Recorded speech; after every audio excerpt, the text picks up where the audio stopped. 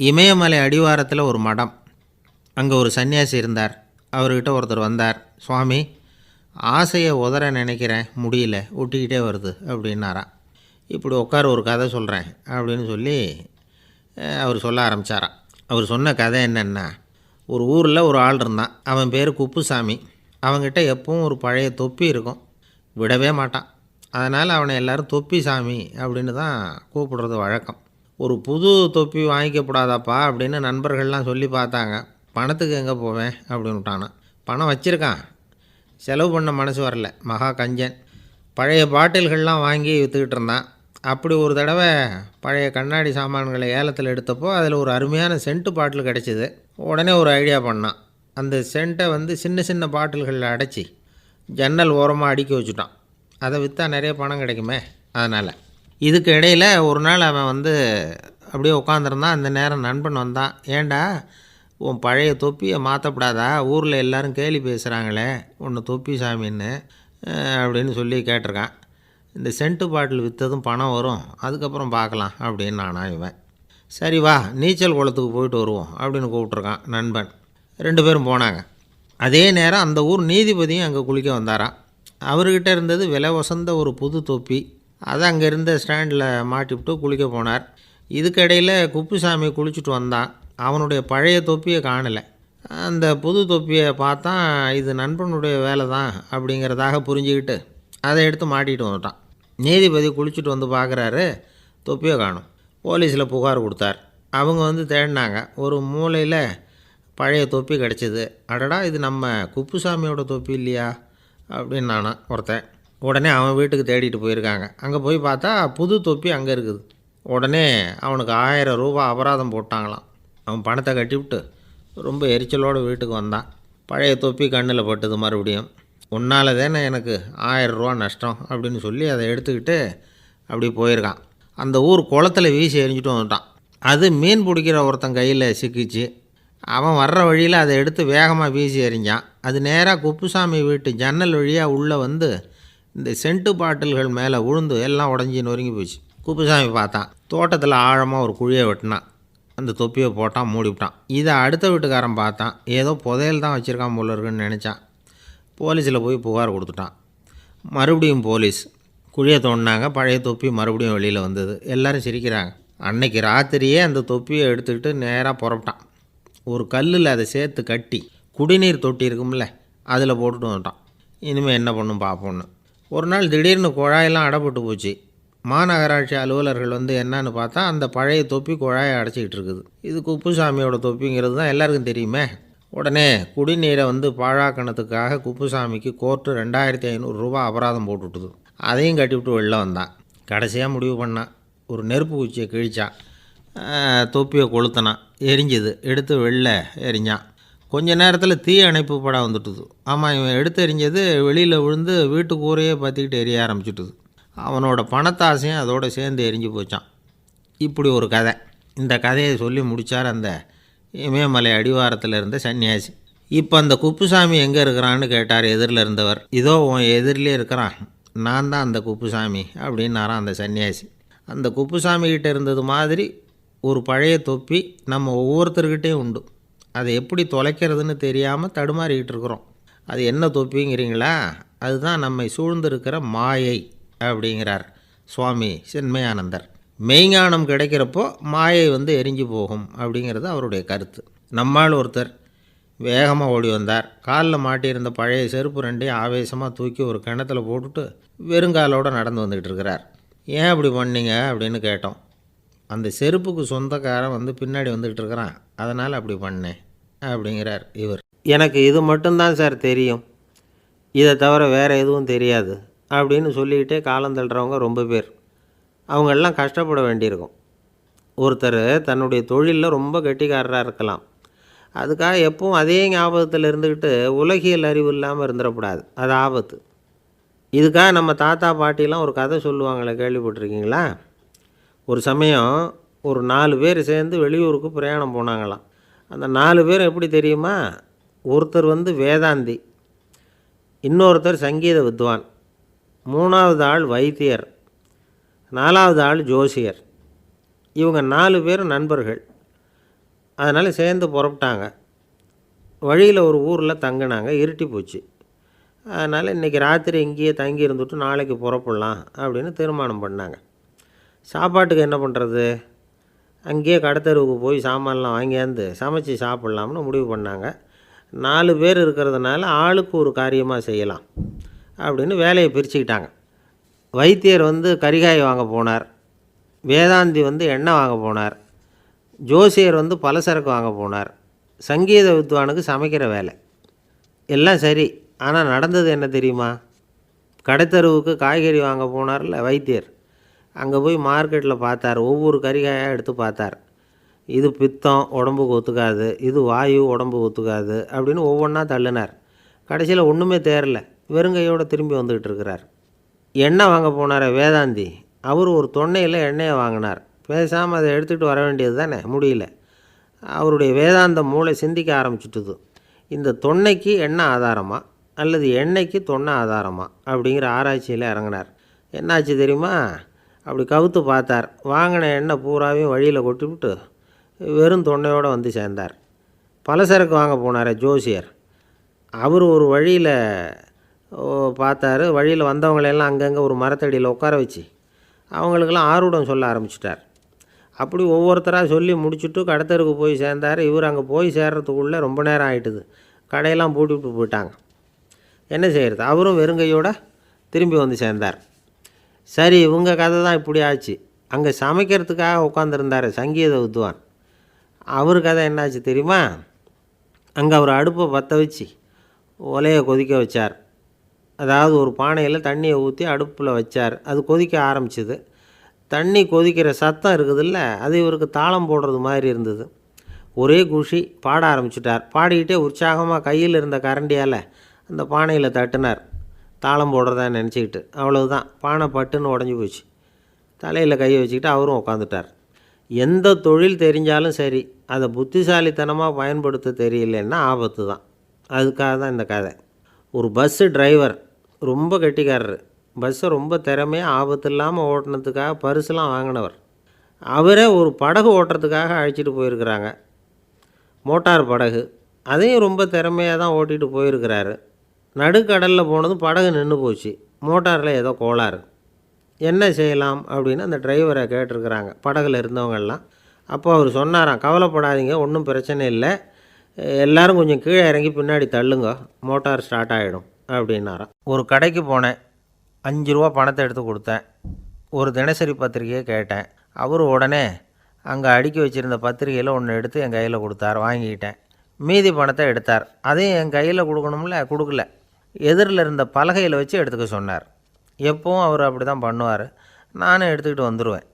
இவர் ஏன் இப்படி பண்ணுறாருங்கிறது எனக்கு ரொம்ப நாளாக ஒரு சந்தேகம். ஒரு நாள் அவர்கிட்டயே இதை கேட்டுவிட்டேன். ஏங்க, நீங்கள் உங்கள் கடைக்கு பொருள்கள் வாங்குறவங்களுக்கு நீங்கள் பாக்கி சில்லறையை கொடுக்குறப்போ பலகையில் வச்சு விட்றீங்க, கையில் கொடுக்க மாட்டேங்கிறீங்களே, ஏன் அப்படின்னு கேட்டேன். காசை கையில் கொடுத்தா நம்மக்கிட்ட இருக்கிற லட்சுமி போயிடுவா சார் அப்படின்னார். அதாவது பணம் செலவாயிடும் அப்படின்னு அர்த்தமா. இன்னொரு நண்பர், அவர் ஒரு நாள் வழக்கத்துக்கு மாறாக ரொம்ப சோகமாக உட்காந்துருக்கிறார். ஏங்க என்னாச்சு, ஏன் இப்படி கப்பலே கவிழ்ந்தது மாதிரி உட்காந்துருக்குறீங்க அப்படின்னு கேட்டேன். கப்பலே கவிழ்ந்திருந்தா கூட நான் இப்படி கவலைப்பட மாட்டேன் சார், வேறு ஒன்று நடந்து போச்சுன்னார். என்னன்னு கேட்டேன். என் உச்சந்தலையில் பல்லி ஒன்று விழுந்துட்டுதுன்னார். அதுக்காகவா இப்படி அப்படின்னு ஆச்சரியப்பட்டேன். ஆமாங்க, பல்லி உச்சந்தலையில் விழுந்தால் பலன் என்னன்னு பஞ்சாங்கத்தில் பார்த்தேன், மரணம்னு போட்டிருக்கு அப்படின்னு சொல்லிவிட்டு அவர் தொடர்ந்து கவலைப்பட ஆரம்பிச்சிட்டார். இப்படியும் ஒருத்தர், என் கூட வேலை பார்க்குற ஒருத்தர் எப்படி தெரியுமா, தினமும் வலது காலை வச்சு தான் ஆஃபீஸுக்கு உள்ளே நுழைவார். என்றைக்காவது தவறுதலாக இடது காலை வச்சு உள்ளே வந்துட்டார்னா அன்னைக்கு பூரா மனசு சங்கடப்படுவார். எந்த வேலையும் சரியாக ஓடாது. கேரம் போர்டு ஆடுற ஒருத்தர் எப்போ ஆட உட்காந்தாலும் ஸ்ட்ரைக்கரை கை தவறி கீழே விழுற மாதிரி பண்ணி அதுக்கப்புறம் அதை எடுத்துக்கிட்டு ஆட உட்காருவார். ஏன்னா எப்போவோ ஒரு தடவை நிஜமாகவே அது கை தவறி கீழே விழுந்திருக்குது. அன்னைக்கு பிரமாதமாக ஜெயிச்சுட்டார். உடனே ஒரு முடிவுக்கு வந்துட்டார், கை தவறுனா லாபம் அப்படின்னு. அதுக்கப்புறம் அதையே பழக்கமாக்கிக்கிட்டார்.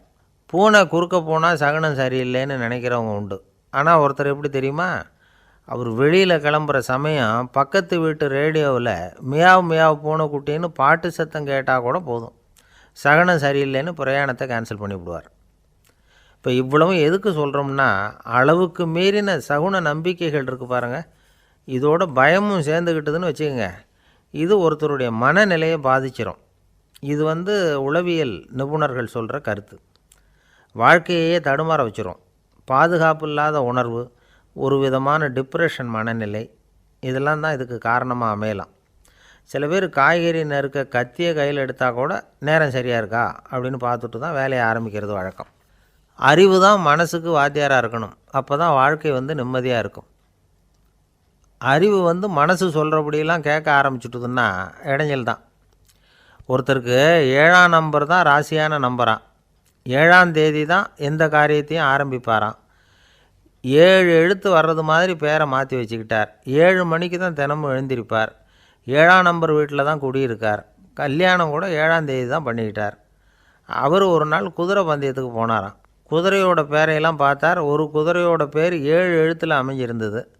7 தானே இவருக்கு அதிர்ஷ்ட நம்பர். அதனால் உடனே அது பேரில் பணத்தை கட்டினார். பந்தயம் நடந்தது.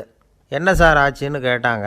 நான் பணம் கட்டின அந்த என்னோடய குதிரை 7ஆவதாக சேர்ந்தது சார் அப்படின்னாராம் சோகமாக. இந்த உலகத்தில் நாம் நல்லபடியாக இருக்கணும்னா அதுக்கு முக்கியமாக தேவைப்படுறது 2. ஒன்று செல்வம், இன்னொன்று அறிவு. சரி, இது 2ல் சிறந்தது எது அப்படின்னு ஒரு கேள்வி கேட்டால் என்ன பதில் சொல்கிறது? இதே கேள்வியை ஹஸ்ரத் அலி அவர்கள்கிட்ட கேட்டாங்களாம்.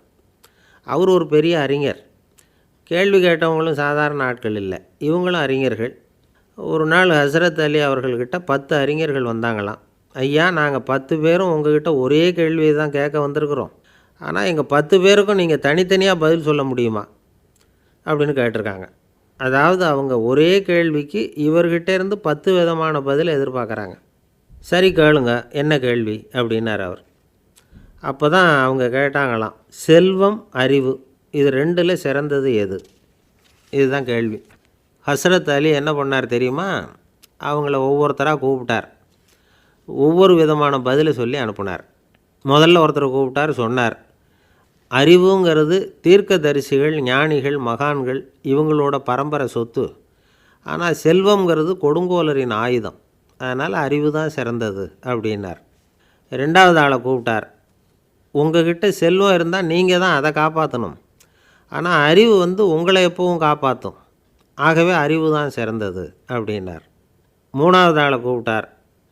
செல்வந்தனுக்கு எப்போதும் விரோதிகள் அதிகம், ஆனால் அறிஞனுக்கு நண்பர்கள் அதிகம். அதனால் அறிவு தான் சிறந்ததுன்னார். அடுத்தவரை கூப்பிட்டார். செல்வம் அடுத்தவங்களுக்கு கொடுக்க கொடுக்க குறையும், ஆனால் கல்விங்கிறது அதிகரிச்சுக்கிட்டே வரும், கொடுக்கறதுனால குறையாது. அதனால் அறிவு தான் சிறந்ததுன்னார். இன்னொருத்தரை கூப்பிட்டார். அறிவுள்ளவன் எப்பவும் அதை அடுத்தவங்களுக்கு வாரி வழங்கிக்கிட்டே இருப்பான். அதனால் அவங்ககிட்ட தாராளத்தன்மை இருக்கும். ஆனால் செல்வந்தன்கிட்ட கஞ்சத்தனம் தான் இருக்கும். அதனால் அறிவு தான் சிறந்ததுன்னார். 6வது நபரை கூப்பிட்டார். செல்வத்தை கள்வர்கள் திருடிக்கிட்டு போக முடியும், ஆனால் அறிவை அப்படி திருடிக்கிட்டு போக முடியாது அப்படின்னார். 7வது நபரை கூப்பிட்டார். செல்வம் கால ஓட்டத்தில் அழிஞ்சிரும், ஆனால் அறிவை கால ஓட்டம் ஒன்றும் பண்ண முடியாது. ஆகவே அறிவே சிறந்ததுன்னார். 8வது ஆளை கூப்பிட்டு சொன்னார், செல்வத்துக்கு எப்பவும் எல்லை உண்டு, நிறை உண்டு, அளவு உண்டு, கணக்கு உண்டு. ஆனால் அறிவுக்கு அப்படிப்பட்ட எல்லை எதுவும் கிடையாது. அதனால் அதுதான் சிறந்ததுன்னார். அடுத்தவனை கூப்பிட்டார். செல்வம் உள்ளத்தில் உள்ள ஒளியை போக்கிவிடும், இருட்டை உண்டாக்கிவிடும், விரிந்த மனப்பான்மையை குறுகலாக்கிவிடும். ஆனால் அறிவு அப்படி இல்லை, இருண்ட உள்ளத்தில் ஒளியை பாய்ச்சி அதை விசாலப்படுத்துது. அதுதான் சிறந்ததுன்னார். கடைசியாக 10வது நபரை கூப்பிட்டார். செல்வம் மனசில் செருக்கை உண்டாக்குது, ஆணவத்தை ஏற்படுத்துது. அதனால் நானே கடவுள்னு நினைக்கிற அளவுக்கு மனுஷனை தாழ்த்தி விடுது. ஆனால் அறிவு பணிவையும் பண்பாட்டையும் வளர்க்குது. அதனால் அறிவு தான் சிறந்ததுன்னார். ஆக இப்படி 10 பேருக்கும் 10 விதமாக பதில் சொன்னது மூலமாக ஹஸ்ரத் அலி அவர்கள் அறிவு தான் செல்வத்தை விட சிறந்தது அப்படிங்கிறதுக்கு 10 காரணங்களை சுட்டி காட்டியிருக்கார். அந்த அறிஞர் 10 பேர் கேட்ட ஒரே கேள்விக்கு 10 பதில் சொன்னார். நமக்கு வேண்டிய ஒருத்தர் 10 பேர் கேட்ட கேள்விக்கு ஒரே பதில் சொல்லி சமாளித்தார். கேள்வி என்ன தெரியுமா? என்கிட்ட வாங்கின கடனை எப்போயா திருப்பி கொடுக்க போகிற? இதுதான் அந்த 10 பேரும் கேட்ட ஒரே கேள்வி. இந்த மாதம் 26ஆம் தேதி தந்துடுறேன் அப்படிங்கிற ஒரே பதில் சொல்லி அவ்வளவு பேரையும் இவர் அனுப்பி வச்சுட்டாராம். எல்லாரும் போனதுக்கப்புறம் இவரை தனியாக கூப்பிட்டு கேட்டிருக்கிறாங்க, அது என்ன சார் கணக்கு 26ஆம் தேதி? அன்னைக்கு என்ன அதிசயம் நடக்க போகுது அப்படின்னு கேட்டிருக்காங்க. அதிசயம் அன்னைக்கு இல்லை, அதுக்கு நாளே நடக்க போகுதுன்னாராம்.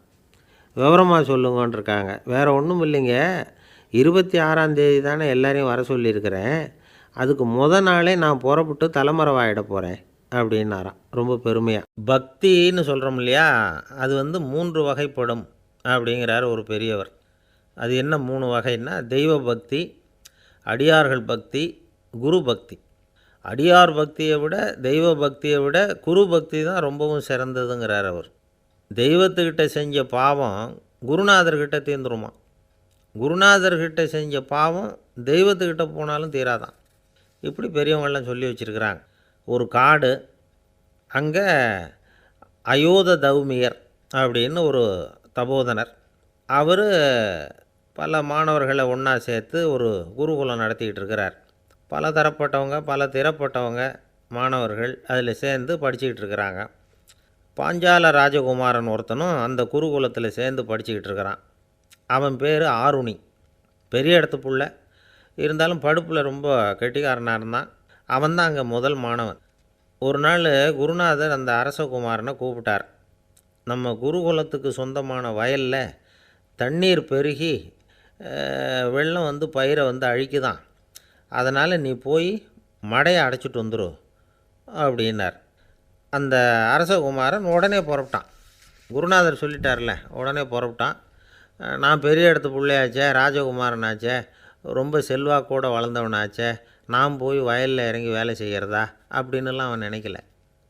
குருநாதர் கட்டளையை நிறைவேற்ற வேண்டியது நம்ம கடமை அப்படின்னு நினச்சான். உடனே ஒரு மண்வெட்டியை தூக்கி தோளில் வச்சுக்கிட்டு புறப்பட்டு போயிட்டான். வயலுக்கு போனான். பார்த்தான், தண்ணி கரையை உடச்சிக்கிட்டு வயலுக்குள்ளே ஏகமாக பாஞ்சிக்கிட்டு இருக்குது. இவன் மண்வெட்டியால் களிமண்ணை புல்லோடு சேர்த்து புல் பற்ற மாதிரி வெட்டி வெட்டி போட்டான். இருந்தாலும் மடையை அடைக்க முடியல. தண்ணி அதை மீறி வந்துக்கிட்டே இருக்குது. தண்ணி வேகமாக வயலுக்குள்ளே போய்கிட்டே இருக்குது. போடுற பத்தையெல்லாம் கரைஞ்சி கரைஞ்சி போயிட்டுருக்கு. இருந்தாலும் இவன் தன்னுடைய முயற்சியை கைவிடலை. வெட்டி வெட்டி போட்டுக்கிட்டே இருக்கிறான். காலையில் அங்கே போனவன் சாயந்தரம் வரைக்கும் இப்படி செஞ்சுக்கிட்டு இருக்கிறான். உடம்பும் மனசும் ரொம்பவும் சோர்ந்து போச்சு. இருந்தாலும் குருநாதர் இட்ட கட்டளையை நிறைவேற்றாமல் இருக்கிறோமேங்கிற ஒரு குறை அவனுக்கு இருக்குது. குரு கட்டளையை நிறைவேற்றாத நான் இன்னமும் இருக்கணுமா அப்படின்னு யோசனை பண்ண ஆரம்பிச்சிட்டான். என்ன செய்யலாம்னு பார்த்தான். நம்ம குருநாதர் இட்ட பணிக்காக இந்த உடம்பையே தியாகம் பண்ணலாம் அப்படின்னு முடிவு பண்ணான். தண்ணி பாயுதில் அதுக்கு குறுக்க விழுந்து அப்படியே மடையை அடைச்சிக்கிட்டு அப்படியே படுத்துட்டான். இது மற்றவங்களுக்கு தெரியாது. அன்றைக்கி ராத்திரி ஒரு விளக்கு முன்னாடி உட்காந்து குருநாதர் பிள்ளைங்களுக்கு பாடம் சொல்லி கொடுத்துக்கிட்டு இருக்கிறார். முதல் வரிசையில் இருக்கக்கூடிய ராஜகுமாரனை காணலை. நம்ம ஆருணி எங்கே போனா அப்படின்னு சொல்லி மற்ற மாணவர்களை விசாரித்தார். இப்போ அவங்க சொன்னாங்க, சுவாமி அவன் காலையில் வயலுக்கு மடையை அடைக்கிறதுக்காக போனான், நீங்கள் தான் போக சொன்னீங்க, இன்னும் திரும்பி வரல அப்படின்னு அவர் பையன்.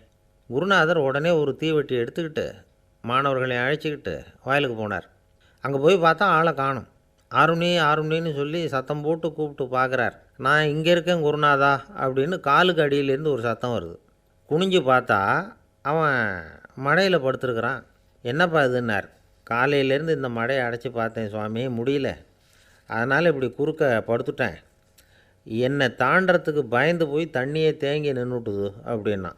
அவனுடைய குரு பக்தியையும் அவனை தாண்டறதுக்கு அஞ்சு நிற்கிற தண்ணி தேக்கத்தையும் பார்த்துட்டு எல்லாரும் ரொம்ப ஆச்சரியப்பட்டு போயிட்டாங்களாம். ஆருணி எழுந்திரிச்சு வா அப்படின்னு கூப்பிட்டாரான் குருநாதர். அவன் தண்ணீரை பொழந்துக்கிட்டு எழுந்திரிச்சு வந்தானான். அதனால் அவனுக்கு உத்தாலகன் அப்படின்னு ஒரு பேர். உத்தாலகன்னா தண்ணீரை பிளந்தவன் அர்த்தம். அந்த உத்தாலகன் மாதிரி இந்த காலத்து மாணவர்களுக்கும் குரு பக்தி வேணும் அப்படின்னு சொன்னோம் ஒரு பள்ளிக்கூடத்தில். உடனே நிறைய மாணவர்கள் எழுந்திரிச்சு நின்னாங்க. சார், நீங்கள் எங்களை இன்னமும் சரியாக புரிஞ்சுக்கலன்னு நினைக்கிறோம். அன்னைக்காவது ஒருத்தன் அப்படி இருந்தான், இன்றைக்கி ஏகப்பட்ட உத்தாலகர்கள் இருக்கிறோம். எங்கள் வாத்தியார் கட்டளை இட்டால் இப்போவே அது மாதிரி வயலுக்கு போய் மடையில் குறுக்கப்படுத்துக்கிறதுக்கு இந்த வகுப்பில் உள்ள அத்தனை பேரும் தயாராக இருக்கிறோம் அப்படின்னாங்க. அப்படியா அப்படின்னு சொல்லி கேட்டோம் ரொம்ப சந்தோஷமாக. ஒருத்தன் ரொம்ப அடக்கமாக எழுந்திரிச்சான். அப்புறம் சொன்னான், ஆமாம் சார், வகுப்பில் இவர் நடத்துகிற பாடத்தை கேட்டுக்கிட்டு இருக்கிறத விட பேசாமல் போய் மடையில் படுத்துடுறது ஒன்றும் கஷ்டமான காரியமாக இருக்காது, அதனால தான் எல்லோரும் அங்கே போகிறேன்னு சொல்கிறோம் அப்படிங்கிறான். ஒரு பெரியவர் உட்காந்துருக்கிறார். அவரை சுற்றி அவருடைய தோழர்கள் உட்காந்துருக்கிறாங்க. ஏதோ ஒரு முக்கியமான செய்தியை அவர் அவங்களுக்கு சொல்லிகிட்டு இருக்கிறார். அவங்களும் ஆர்வமாக கேட்டுக்கிட்டு இருக்கிறாங்க. இந்த சமயத்தில் யாரோ ஒரு ஆள் வேகமாக அங்கே வர்றார். வர்ற வேகத்திலேயே எனக்கு ஏதாவது உதவி செய்யுங்க அப்படின்னு கேட்டுக்கிட்டே வர்றார். கேட்குறது உதவி, ஆனால் குரல் மிரட்டுறது மாதிரி இருக்குது, அதட்டி கேட்குறது மாதிரி இருக்குது. இதை கேட்டதும் அந்த பெரியவர் ஆத்திரப்படலை, ஆனால் அவரை சுற்றி இருந்தவங்க ஆத்திரப்பட்டாங்க. இதை பெரியவர் கவனித்தார். கொஞ்சம் அமைதியாக இருங்கன்னார். வந்தவரை கூப்பிட்டார். அவருக்கு சில பொருள்களை கொடுத்தார். என்னங்க இப்போ உங்களுக்கு மகிழ்ச்சி தானே அப்படின்னார். ஆ அப்படின்னு அலட்சியமாக அவர் சொல்கிறார். நான் உங்களை நல்ல முறையில் நடத்தினேன்னா அப்படின்னு கேட்குறாரு அவர் மறுபடியும். அதெல்லாம் ஒன்றும் இல்லை அப்படின்னு சொல்லி அவர் சொல்லிகிட்டு இருக்கிறாரு. குரலில் கடுமை குறையில. சுற்றி இருந்தவங்களால் இதை பொறுத்துக்க முடியல. கோபத்தோடு அவரை நோக்கி நெருங்க ஆரம்பித்தாங்க. பெரியவர் அவங்களையெல்லாம் தடுத்து நிறுத்தினார். வந்தவரை வாங்க என்னோட அப்படின்னு சொல்லி அழைச்சிட்டு போனார். வீட்டுக்கு போனார். அங்கே போனதும் இன்னும் சில பொருள்களை எடுத்து அவர்கிட்ட கொடுத்தார். இப்போ திருப்தி தானே, நான் உங்ககிட்ட நல்ல முறையில் நடந்துக்கிட்டேனா அப்படின்னார். அவர் முகம் இப்போ தான் கொஞ்சம் மலர்ந்தது. ரொம்ப நன்றி, இறைவன் உங்கள் குடும்பத்துக்கு எல்லா நன்மைகளையும் செய்வான் அப்படின்னு சொன்னார். இதே வார்த்தைகளை என்னுடைய தோழர்கள்கிட்டே சொல்லிட்டீங்கன்னா அவங்க கோபம் தணிஞ்சிரும், வர முடியுமான்னார். கண்டிப்பாக வர்றேன் அப்படின்னாரு. மறுநாள் காலையில் அந்த இடத்துக்கு வந்தார். அதே மாதிரி சொல்லிவிட்டு அவர் போயிட்டார். தோழர்கள்லாம் ரொம்ப வியப்போடு பெரியவரை பார்த்தாங்க. அந்த பெரியவர் தான் நபிகள் நாயகம். அவர் சொன்னார், ஒருத்தன் ரொம்ப ஆசையாக ஒரு ஒட்டகத்தை வளர்த்துக்கிட்டு வந்தான். ஒரு நாள் அந்த ஒட்டகம் கயத்தை அறுத்துக்கிட்டு ஓடி போயிட்டுது. அக்கம் பக்கத்தில் இருக்கிறவங்கெல்லாம் அந்த ஒட்டகத்தை பிடிக்கிறதுக்கு முயற்சி பண்ணாங்க. அதை துரத்திக்கிட்டு ஓடினாங்க. ஒட்டகம் தாறுமாறாக ஓட ஆரம்பிச்சிது. இந்த சமயத்தில் ஒட்டகத்தை வளர்த்தவன் அங்கே ஓடி வந்தான். நீங்கள் அதை ஒன்றும் செய்ய வேணாம், விட்டுருங்க, அதோட சுபாவம் எனக்கு நல்லா தெரியும், அதை சுலபமாக என்னோடய வழிக்கு கொண்டுட்டு வந்துட முடியும், நான் பார்த்துக்கிறேன், விட்டுருங்கோ அப்படின்னா. எல்லோரும் விலகி போயிட்டாங்க. இவன் என்ன செஞ்சான் தெரியுமா? கொஞ்சம் புல்லை கையில் எடுத்துக்கிட்டு அந்த ஒட்டகத்தை நெருங்கினான். அவ்வளவுதான். அது ஓடி இவன் காலடியில் உட்காந்துக்கிட்டது. செல்லமாக அதை அப்படியே தடவி கொடுத்தான். முதுகில் ஏறி உட்காந்துக்கிட்டான். அது பாட்டுக்கு சாதுவாக நடந்து போகுது. இந்த கதையை நபிகள் நாயகம் தம்முடைய தோழர்களுக்கு சொல்கிறார். ஒட்டகத்தை மட்டும் இல்லை, சில மனிதர்களையும் கூட சில விதத்தில் அணுகி தான் அவர்களை சீர்திருத்த வேண்டியிருக்குது அப்படிங்கிறத அவங்களுக்கு உணர்த்தினார். இது ஒரு அழகான உளவியல் அணுகுமுறை. சில குடும்ப தலைவர்கள் கூட இந்த ஒட்டகம் மாதிரி நடந்துக்கிறது உண்டு, அப்புறம் அடங்கி போகிறதும் உண்டு. ஒரு குடும்பத் தலைவர் காலையில் எழுந்திரிச்சதுலேருந்து சத்தம் போட்டு கத்திக்கிட்டு இருப்பார். பக்கத்தில் இருந்தவங்கெல்லாம் ஓடி போய் சமாதானம் பண்ணி பார்த்தாங்க. அவர் ஓயறது மாதிரி தெரியல. கடைசியில் அவர் மனைவி வந்தாங்க. நீங்கள் எல்லாம் விலகி போயிடுங்க, அவர் சுபாவம் எனக்கு தெரியும், நான் பார்த்துக்கிறேன் அப்படின்னாங்க. சரின்னு எல்லோரும் போயிட்டாங்க. சாயந்தரமாக பார்க்குறாங்க, அவர் சத்தம் இல்லாமல் ஒரு மூலையில் உட்காந்துருக்கிறார். ரொம்ப சாதுவாக. ஆச்சரியமாக இருந்தது. என்னம்மா பண்ணீங்கன்னு கேட்டாங்க. அது ஒன்றும் இல்லைங்க, ஒரு வேளை சாப்பாட்டை நிறுத்தினேன், பட்னி போட்டேன், அவ்வளவுதான் அப்படின்னாங்க அந்த அம்மா. ஒரு ஆள் அசையாமல் கிடக்கிறார். அவர் இருக்காரா போயிட்டாராங்கிறத எப்படி முடிவு பண்ணுறோம்? அவர் மூக்குக்கு முன்னாடி புறங்கையை வச்சு பார்க்குறோம், மூச்சு வருதா இல்லையா அப்படிங்கிறத கண்டுபிடிக்கிறதுக்காக. மூச்சுங்கிறது அவ்வளவு முக்கியமான ஒரு விஷயம். சுவாசம் இல்லைன்னா எதுவுமே இல்லை. நம்ம பூமி இருக்க அது கூட சுவாசிக்குதுங்கிறத சோவியத் விஞ்ஞானிகள் கண்டுபிடிச்சிருக்கிறாங்க. பூமிக்கு மேலே இருக்கிற மண் அடுக்கில் காற்றில் உள்ள ஆக்சிஜன் ஆக்சிகரணம் அடையுது அப்படின்னு தான் இதுவரைக்கும் எல்லோரும் நம்பிக்கிட்டு இருந்தாங்க. ஆனால் இப்போ என்ன கண்டுபிடிச்சிருக்கிறாங்கன்னா, அந்த ஆக்சிஜன் பூமிக்குள்ளே 1 கிலோமீட்டர் ஆழம் வரைக்கும் ஊடுருவி போகுதான். பூமிக்குள்ளே 2 பக்கமும் பல கிலோமீட்டர் வரைக்கும் பரவுதான். பூமிக்குள்ளே இருக்கிற நீர்நிலை அடுக்குகள் தான் நுரையீரல் செய்கிற வேலையை செய்யுதான். நம்ம உடம்புல நுரையீரல் இல்லைன்னா ஒன்றும் நடக்காது. ஒரு மரத்தை தலைகீழாக தொங்க போட்டால் எப்படி இருக்கும்? அப்படி யோசிச்சு பாருங்கள். அப்படி தான் இதுவும், நுரையீரலும் அப்படி தான் இருக்கும். வலது பக்கம் ஒன்று, இடது பக்கம் ஒன்று. வலது பக்கம் நுரையீரல் கொஞ்சம் பெருசாக இருக்கும். நுட்பமான நரம்பு குழாய்கள் அதில் இருக்கும். கோடிக்கணக்கான நுண்ணிய குழாய்களை வச்சுக்கிட்டு தான் அது வேலை செய்யுது. 25 கோடி குழாய்கள் இருக்கும். அதை அப்படியே முழுசாக பிரித்து பரப்புனா ஒரு டென்னிஸ் கோர்ட்டில் பாதி பரப்பளவு இருக்குமா. நுரையீரல் நிறம் கருஞ்சிவப்பு தான். புகை அதிகமாக உள்ளே போச்சுன்னா அது கருப்பாயிடுது. காற்றுல உள்ள பிராணவாயுவை இது இழுத்து எடுத்துக்கிட்டு ரத்தத்தை சுத்தப்படுத்துகிற முக்கியமான வேலையை இது செய்யுது. அசுத்த காற்றை வெளியில் அனுப்பி வச்சுருது. ஒருத்தர் வேகமாக ஓடி வரார், அவருக்கு மூச்சு இறைக்கும். பயங்கரமாக எதையாவது பார்த்து விடுறார், உடனே மூர்ச்சை ஆகிடுவார். இது மாதிரி சமயங்களில் வேறு எந்த தூண்டுதலும் இல்லாமல் நுரையீரல் தானாகவே இயங்கும். இப்படி ஒரு அவசியம் ஏற்படுறப்போ இயக்கத்தை தூண்டி விடுற முக்கியமான இணைப்பு மூளைக்கு கீழே முதுகு எலும்புக்கு மேற்பகுதியில் இருக்குது. அது உடனே சுவாசத்துக்கு அவசர உதவியை கொடுக்குது. இப்போ ஒருத்தர் பேசாமல் உட்காந்துருக்கார். இந்த சமயத்தில் அவருக்கு 1 பங்கு காற்று தேவைப்படுதுன்னு வச்சுக்கோங்க. அவர் எழுந்திரிச்சு நடக்கும் பொழுது 1.5 மடங்கு தேவைப்படும். ஓடினார்னா 3 மடங்கு தேவைப்படும். படுத்துருக்கிறப்ப 1/2 மடங்கு தான் தேவைப்படும். இதுக்கு நிமிஷத்துக்கு 16 தடவை மூச்சு விட்டாகணும். இப்படி சாதாரணமாக உள்ளே இழுக்கிற காற்று கொஞ்சம்தான் இருந்தாலும் இது மாதிரி 8 மடங்கு காற்றை உள்ளே இழுத்து வச்சுக்கிற சாமர்த்தியம் நுரையீரலுக்கு இருக்குதான். தண்ணி, நுண்கிருமிகள், ரசாயன பொருள் இப்படி எது உள்ளே போனாலும் நுரையீரல் சமாளிச்சுக்கும். 30 வருஷமாக விடாத புகை பிடிக்கிறவர் தொடர்ந்து உள்ளே அனுப்பி வைக்கிற புகையை கூட சமாளிக்குதுன்னா பார்த்துங்களேன். உள்ளே போகிற புகை நுட்பமான சுவாச முடிச்சுகளை அழிச்சு விடுது. கறி புகை அது மேலே படிஞ்சு உபயோகம் இல்லாமல் பண்ணிவிடுது. ஆனாலும் தேவைக்கு அதிகமாக 8 மடங்கு கூடுதலாக சுவாச முடிச்சுகள் நம்ம உடம்புக்குள்ளே இருக்கிறதுனால சமாளிக்க முடியுது. சமாளிக்க முடியலன்னா சில சமயம் மூச்சு திணறும். அதை ஒரு எச்சரிக்கையாக எடுத்துக்கிட்டு புகை பிடிக்கிற பழக்கத்தை விட்டுடணும். அதுதான் நல்லது. ஆனால் அப்படி யார் விடுறது? இணை பிரியாத 2 நண்பர்கள் இருந்தாங்களாம். 2 பேரும் விடாமல் சிகரெட்டு குடிக்கிறவங்க. அதில் ஒருத்தன் செத்து போட்டான். இன்னொருத்தன் அதுக்கப்புறம் 2 சிகரெட்டாக குடிக்க ஆரம்பித்தானான். ஏன் இப்படி பண்ணுறேன்னு கேட்டிருக்காங்க. நான் 1 சிகரெட்டு தான் குடிக்கிறேன். செத்து போன என்னுடைய ஃப்ரெண்டு இருக்கானே, செத்து போனவன், அவனுக்காக இன்னொரு சிகரெட்டு குடிக்கிறேன் அப்படின்னு நானா. இது ரொம்ப ஆபத்து, விட்டுடு அப்படின்னு சொல்லியிருக்காங்க. சரின்னு ஒத்துக்கிட்டான். ஆனால் அதுக்கப்புறமும் 1 சிகரெட் வீதமாக குடிச்சிக்கிட்டே இருந்தான். சிகரெட்டு பழக்கத்தை நீ இன்னும் விடலையான்னு கேட்டாங்களாம். அந்த பழக்கத்தை நான் எப்போவோ விட்டுட்டேன். இப்போ நான் குடிக்கிறது என் ஃப்ரெண்டுக்காக அப்படின்னு நானா.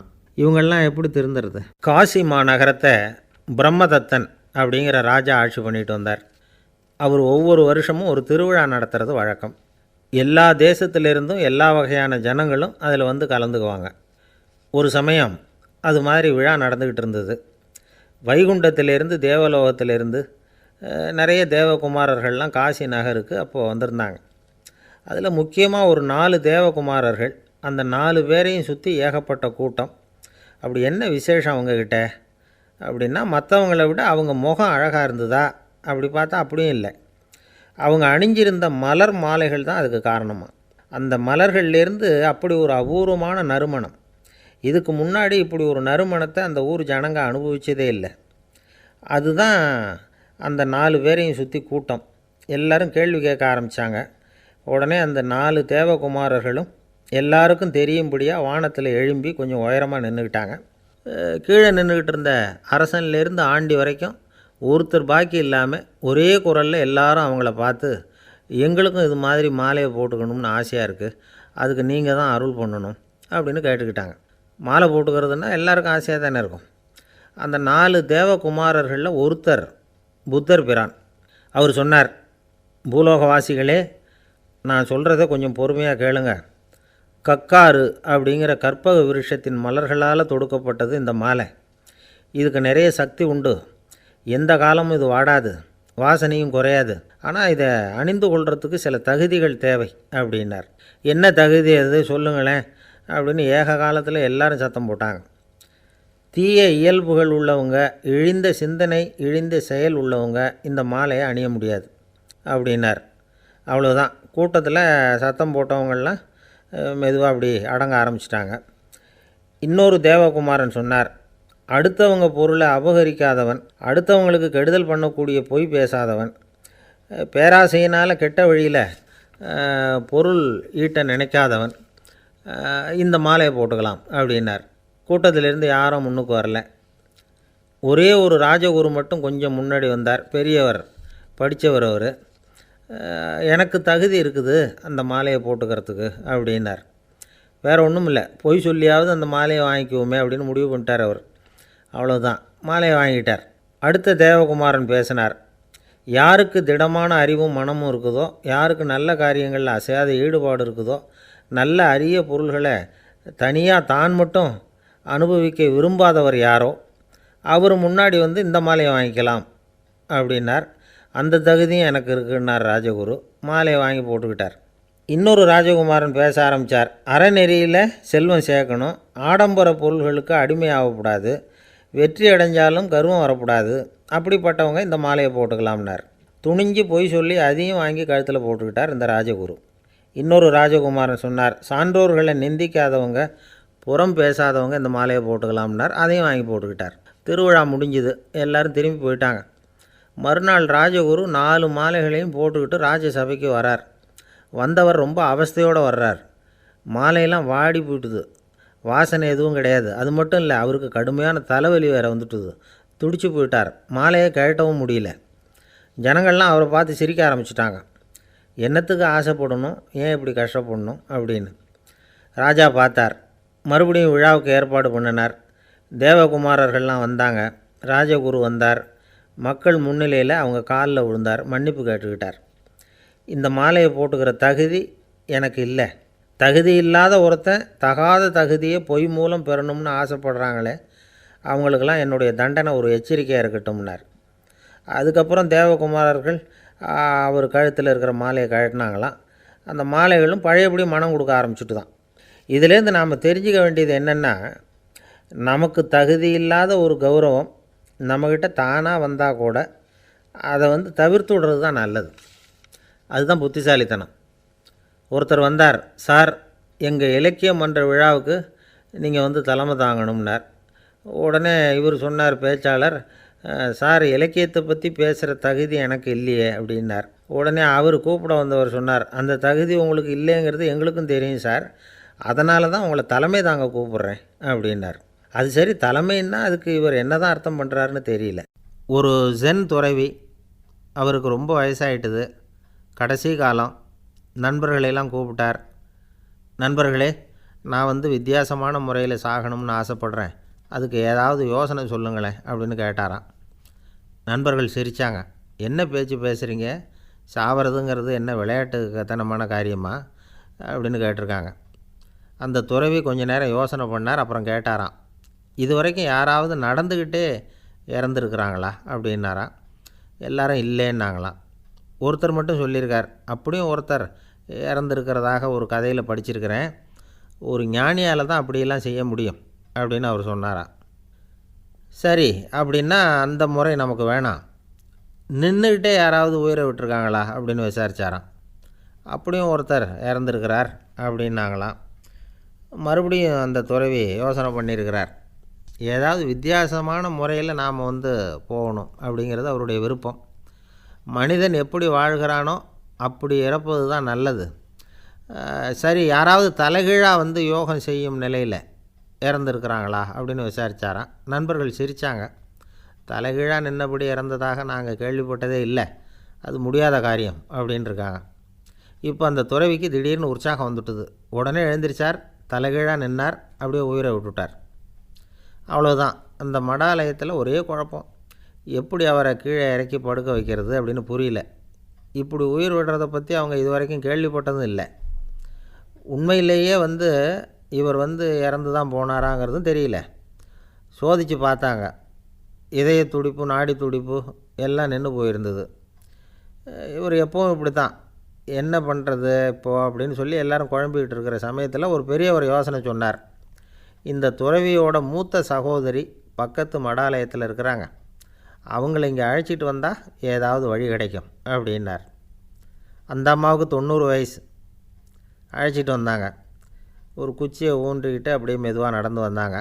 தம்பி தலைகீழாக நின்று உயிர் விட்டு இறக்கிறத பார்த்தாங்க.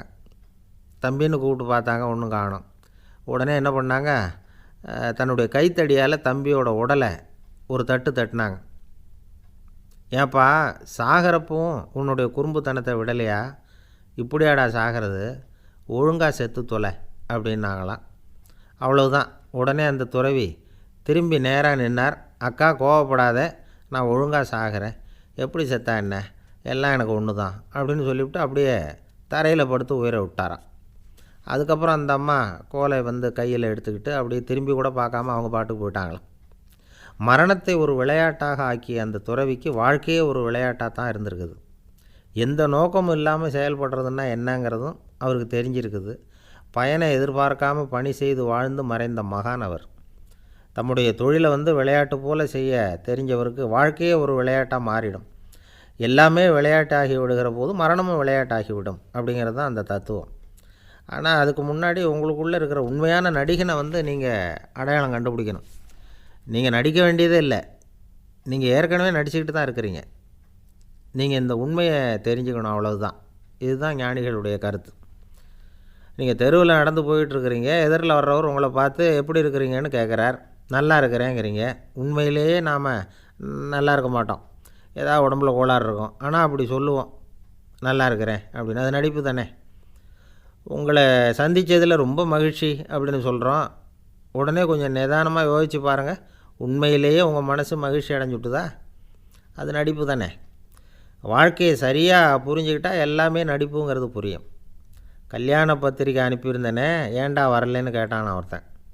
வந்திருந்தேனே அப்படின்னானா இவன். டேய், ஏன்டா போய் சொல்கிற, நான் பத்திரிக்கையே உனக்கு அனுப்பலையே அப்படின்ட்டுருக்கான் அவன். அதுக்கு இவன் சொன்னானா, பத்திரிக்கை அனுப்புனேன்னு நீ போய் சொல்கிறப்போ கல்யாணத்துக்கு வந்தேன்னு நான் போய் சொல்லக்கூடாதா அப்படின்னானா. ஒரு சீன தேசத்து அரசர் இருந்தார். அவருக்கு வயசாயிட்டுது. அவருக்கு அடுத்தபடியாக அவருடைய புள்ள பட்டத்துக்கு வரணும், ஆட்சி பொறுப்பை ஏற்றுக்கணும். ஒரு நல்ல தலைவனுக்கு இருக்க வேண்டிய பண்புகள்லாம் தன்னுடைய மகனுக்கு இருக்கணும்னு விரும்பினார் அந்த அரசர். அதனால் இளவரசனை பக்கத்தில் இருந்த ஒரு குரு கிட்ட அனுப்புனார். இளவரசன் அவர்கிட்ட போய் சேர்ந்தான். அந்த குரு என்ன பண்ணார் தெரியுமா? இவனை பார்த்து சொன்னார், இதை பாருப்பா, நீ என்ன பண்ணுற, இப்போவே பக்கத்தில் இருக்கிற காட்டுக்கு போ, நடுக்காட்டில் போய் ஒரு இடத்துல உட்காந்துக்கோ. அங்கே என்னென்ன சத்தம்லாம் உன் காதில் விழுதுன்னு கவனித்து கேளு. உன் காதில் விழுந்த ஓசைகள் என்னென்னங்கிறத என்கிட்ட வந்து சொல்லு, அதுதான் எனக்கு தெரியணும், உனக்கு வேலையும் அதுதான் அப்படின்னு சொல்லி அனுப்பி வச்சுட்டார். இளவரசன் காட்டுக்கு போனான். குரு சொன்னபடியே ஒரு இடத்துல உட்காந்து கவனித்து கேட்டான். அதுக்கப்புறம் குருக்கிட்ட திரும்பி வந்தான். என்னென்ன சத்தம்லாம் கேட்ட அப்படின்னு கேட்டார் குரு. குருவே, காட்டில் நான் பறவைகள் சத்தம்லாம் கேட்டேன், மிருகங்களின் ஓசையையும் கேட்டேன், இதை தவிர இடி, மின்னல், மழை இதுகளோட சத்தத்தையும் கேட்டேன் அப்படின்னா. குரு யோசனை பண்ணார், நீ இன்னமும் சரியாக கேட்கல, அதனால் மறுபடியும் காட்டுக்கு போ, கொஞ்ச நாள் தங்கியிருந்து கேட்டுட்டு வா அப்படின்னார். இளவரசனுக்கு ஒன்றும் புரியல. இருந்தாலும் குருவின் கட்டளையாச்சே, மறுக்க முடியுமா? உடனே அவன் மறுபடியும் காட்டுக்கு போனான். ஒரு இடத்துல உட்காந்தான். கொஞ்ச நேரம் உன்னிப்பாக கவனித்து கேட்டான். சில நாள் கழித்து குருக்கிட்ட திரும்பி வந்தான். குருவே, இந்த தடவை சில துல்லியமான சத்தங்களை எல்லாம் கேட்டான். தேனீ பறக்கிற சத்தம், நீரோடையின் மெல்லிய ஓசை, இதெல்லாம் கேட்டேன்னா. குரு சிரித்தார். நீ மறுபடியும் காட்டுக்கு போ, இன்னும் சில நாள் அங்கே இரு, முழுமையாக கவனமாக கேட்டுக்கிட்டு வா அப்படின்னு சொல்லி அனுப்பி வச்சுட்டார். இளவரசனுக்கு குழப்பம் அதிகமாகிட்டுது. ஒன்றுமே புரியல. மறுபடியும் காட்டுக்கு போனான். மௌனமாக ஒரு இடத்துல உட்காந்துட்டான். அப்படியே தியானத்தில் ஆழ்ந்துட்டான். சில நாளில் அவனுக்கு இதுவரை கேட்காத ஓசைகள்லாம் கேட்க ஆரம்பிச்சிட்டுது. இதைத்தான் நான் கேட்கணும்னு என்னுடைய குரு எதிர்பார்த்துருக்கிறாருங்கிறத புரிஞ்சுக்கிட்டான். உடனே குருக்கிட்ட ஓடனான். குருவே, இந்த தடவை காதுகளுக்கு கேட்க முடியாத சில ஓசைகளை கூட என்னால் உணர முடிஞ்சுது. பூ மலருகிற ஓசை, சூரியனால் பூமி சூடாகிறப்போ எழுகிற ஓசை, காலை பனித்துளியை இந்த புல்லுலாம் குடிக்கிற ஓசை, இது எல்லாம் என்னால் நல்லா கேட்க முடிஞ்சுது அப்படின்னா. குருவுக்கு இப்போ தான் திருப்தி ஏற்பட்டு தான். இளவரசனை பார்த்து சொன்னார், இதை பாருப்பா, இப்போ தான் நாட்டை ஆளுகிற தகுதி உனக்கு வந்திருக்குது அப்படின்னு சொல்லி அதுக்கு விளக்கமும் கொடுத்தாராம். எந்த அரசன் தன்னுடைய மக்களின் இதயம் பேசுகிற மௌன மொழியை, மௌன வார்த்தைகளை கேட்குறானோ அவன்தான் ஆள தகுதி உள்ளவன். எந்த அரசன் தன்னுடைய மக்களின் உணர்ச்சிகளை உண்மையாக உணர்றானோ அவன்தான் முதன்மையான அரசன். போலி வார்த்தைகளை மட்டும் கேட்டுட்டு பல மௌன ராகங்களை காதில் வாங்கிக்காதவன் அரசனே இல்லை. எந்த நாட்டில் எப்போ ஒரு அரசன் தன்னுடைய மக்களின் உணர்ச்சிகளை கேட்க மறுக்கிறானோ அன்னையிலேருந்தே அந்த நாடு அழிய தொடங்குது அப்படின்னு அர்த்தம். இதுதான் அந்த குரு இளவரசனுக்கு போதித்தது. வாயால் பேசுகிறத மட்டும் கேட்டு ஏமாறக்கூடாது, உணர்ச்சிகளையும் கேட்குறதுல தான் மனப்பக்குவம் உண்டாகும். மக்கள் உணர்ச்சிகளை புரிந்து கொள்ளாத அரசர்கள் நீடிச்சிருக்க முடியாது. அது மாதிரி நாடுகளில் அடிக்கடி குழப்பம் தான் உண்டாகும். அப்படி இருந்தால் அடிக்கடி ஆட்சி மாறிக்கிட்டு இருக்கும். அப்படிப்பட்ட ஒரு தேசம், அங்கே ஒரு சிறைச்சாலையில் 3 கைதிகள் பேசிக்கிட்டு இருந்தாங்க. ஒருத்தன் சொன்னான், நான் இந்த நாட்டு ராஜாவை எதிர்த்து பேசிக்கிட்டு இருந்தேன், அதனால் என்னை பிடிச்சி கொண்டாந்து இங்கே போட்டுவிட்டாங்க அப்படின்னா ஒருத்தன். இன்னொருத்தன் சொன்னான், நான் இந்த நாட்டு ராஜாவை ஆதரித்து பேசிக்கிட்டு இருந்தேன், அதனால் என்னை பிடிச்சி கொண்டாந்து இங்கே தள்ளிவிட்டாங்க அப்படின்னா. அது சரி, நீ என்ன தப்பு பண்ண அப்படின்னு சொல்லி 3வது ஆளை பார்த்து இவங்க கேட்டாங்க. அதுக்கு அந்த ஆள் சொல்கிறான், நான் தான் இந்த நாட்டு ராஜா அப்படின்னானா. ஒரே ஒரு ஊரில் ஒரு பாதிரியார் இருந்தார். ரொம்ப நாள் சந்தோஷமாக வாழ்ந்தார். ஒரு நாள் அவர் மடத்து சமையல் அறையில் பாத்திரங்களை கழுவி துலக்கி சுத்தப்படுத்திக்கிட்டு இருந்தார். அந்த சமயத்தில் ஒரு தேவதூதன் அவர் முன்னாடி நின்னான். இவர் நிமிர்ந்து பார்த்தார். ஆண்டவர், என்னை உங்ககிட்ட அனுப்பியிருக்கிறார். பரலோகத்தில் வாசம் செய்கிறதுக்கு உங்களுக்கு நேரம் வந்துட்டுது அப்படின்னு நான் அந்த ஆள். ஆண்டவருக்கு என்னோடய ஞாபகம் வந்ததுக்கு நன்றி. ஆனாலும் இப்போ இங்கே நீயே பாரு, எவ்வளவு பாண்டங்கள் பாக்கி இருக்குது, இவ்வளவையும் நான் சுத்தப்படுத்த வேண்டியிருக்கு. நான் நன்றி கெட்டவனாக இருக்க விரும்பலை. இந்த பணியை முடிக்கிற வரைக்கும் என்னுடைய பரலோக வாழ்வை தள்ளி வைக்க முடியுமா? நீ என்ன நினைக்கிற அப்படின்னு கேட்டார். தேவதூதன் தனக்கே உரிய விவேகத்தோட அன்போட பாதிரியாரை பார்த்தான். சரி, என்ன செய்யலாம்ங்கிறத அப்புறம் சொல்கிறேன் அப்படின்னு சொல்லிவிட்டு புறப்பட்டு போயிட்டான். ஒரு நாள் அந்த பாதிரியார் தோட்டத்தில் உள்ள களைகளையெல்லாம் ஒரு களை கொத்தியால் கொத்தி களை எடுத்துக்கிட்டு இருக்கிறார். அந்த சமயத்தில் இந்த தேவதூதன் மறுபடியும் அவர் முன்னாடி நிற்கிறான். பாதிரியார் பார்த்தார். இதை பாரு, இந்த தோட்டம் பூராவும் எவ்வளவு களை மண்டி கிடக்கு, பரலோகம் கொஞ்ச காலம் எனக்காக பொறுத்திருக்கலாம்னு நீ நினைக்கிறியா அப்படின்னு கேட்டார். தேவதூதன் சிரிச்சுக்கிட்டே மறுபடியும் மறைஞ்சிட்டான். மறுபடியும் அவர் களை எடுக்கிறது, தானிய களஞ்சியத்துக்கு வர்ணம் பூசுறது, இப்படிப்பட்ட வேலைகளில் ஈடுபட்டிருக்கார். இன்னொரு நாள் ஒரு மருத்துவமனையில் நோயாளிகளை கவனிச்சிக்கிட்டு ரொம்ப தீவிரமாக இருக்கிறார் அந்த பாதிரியார். ஒரு நோயாளியோட தாகத்துக்கு தண்ணீர் கொடுத்துட்டு நிமிர்ந்து பார்க்குறப்போ தேவதூதன் மறுபடியும் அவர் முன்னாடி நிற்கிறான். இந்த தடவை பாதிரியார் தன்னலமற்றவராக பேரன்பை காட்டக்கூடிய வகையில் தன்னுடைய 2 கைகளையும் உயர்த்தியபடி தேவதூதனின் கவனத்தை பிணியால் வாடக்கூடிய நோயாளிகளின் பக்கம் திருப்பினாராம். தேவதூதன் ஒன்றும் சொல்லலை, மறைஞ்சிட்டான். அன்னைக்கு சாயந்தரம் பாதிரியார் மடத்தில் உள்ள தன்னுடைய அறைக்கு போய் இளைப்பாறினார். யோசித்து பார்த்தார். தேவதூதனையும் தேவதூதனின் விருப்பத்தையும் பல நாள் தள்ளி போட்டு வந்ததையும் அவர் ரொம்ப நினச்சி பார்த்தார். திடீர்னு தான் முதுமை அடைகிறதையும் சோர்வு அடைகிறதையும் உணர்ந்தார். ஆண்டவரை நினச்சார். ஆண்டவரே, உம்முடைய தூதனை மறுபடியும் என்கிட்ட அனுப்புனா நான் சந்திக்கிறதுக்கு ஆவலாக இருக்கேன் அப்படின்னு சொல்கிறப்பவே தேவதூதன் பக்கத்தில் நின்னான். பாதிரியார் நிமிர்ந்து பார்த்தார்.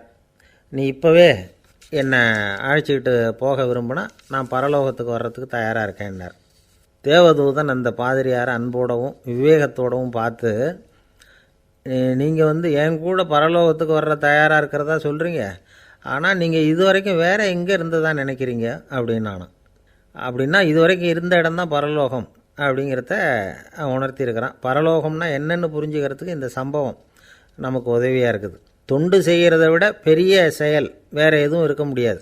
அது நம்ம மனசுக்கு கொடுக்குற சுகத்தை வேறு எதுவும் கொடுக்க முடியாது.